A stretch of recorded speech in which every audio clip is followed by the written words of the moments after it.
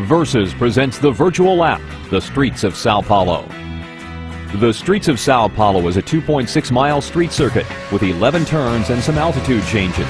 Like other street courses, the track is tight and narrow, lacking runoff areas. A driver who loses control will hit the walls. The circuit consists mostly of asphalt, except for the front stretch, which is made of concrete and can be a bit slippery. There are some opportunities to pass, so the action is non-stop. The front stretch, which crosses the start-finish line, is relatively short, and cars will reach only about 120 miles an hour here.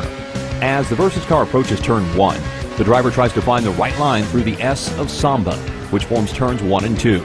A driver will be in second gear negotiating these turns.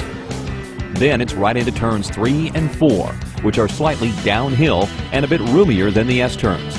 The driver will be in third gear, looking to run a good line and exit turn 4 with good momentum for the straightaway.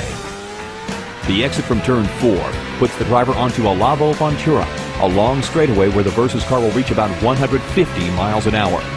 This section of the track resembles the main straightaway at Toronto, and an alert driver can find a passing opportunity here. The driver must downshift to second gear and take the right-hander at turn 5, and then it's a short jog to another right-hander at turn 6, where the driver will be in third gear.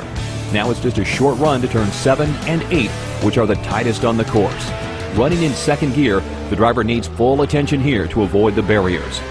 The exit from turn 8 leads to a left-hander at turn 9, where the versus car will exit to a short straightaway leading to turn 10.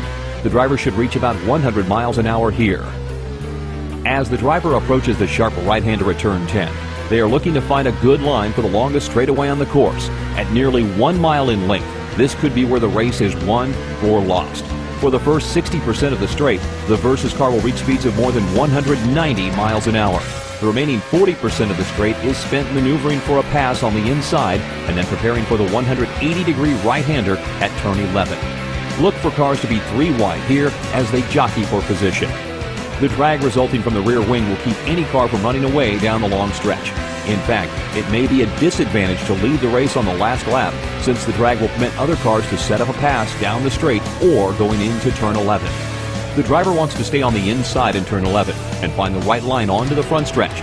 A driver who stays wide through this corner risks being passed here. Unlike many street circuits, there is more than just one place to pass, so look for the drivers who take advantage of the opportunities in the straights to do well in the race.